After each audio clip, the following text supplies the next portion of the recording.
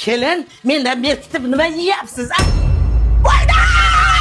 Kelinimni boshiga pichoq tiqib ketishdi. Yo'qmi qilmang oyijon, bu haqiqiy emas. Kelinning fokusni go'shga tayinlamatuvdi. Ko'cha supurishim kerak. Ertaga sirkim bor. Maynochilik. Zebo kim senga lapatga tiqib ketdi? Xotiram, bu yasalgan. Серьезно? Da mana qarang, mana qarang. Kelinni kashligimni necha pul bor ekan ko'raychi.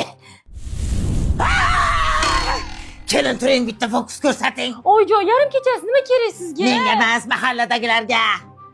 Sizni fokuslaringizga toksikoz bo'lib qoldim-da. Mendan berkitib chips yeyaptimi? Voy!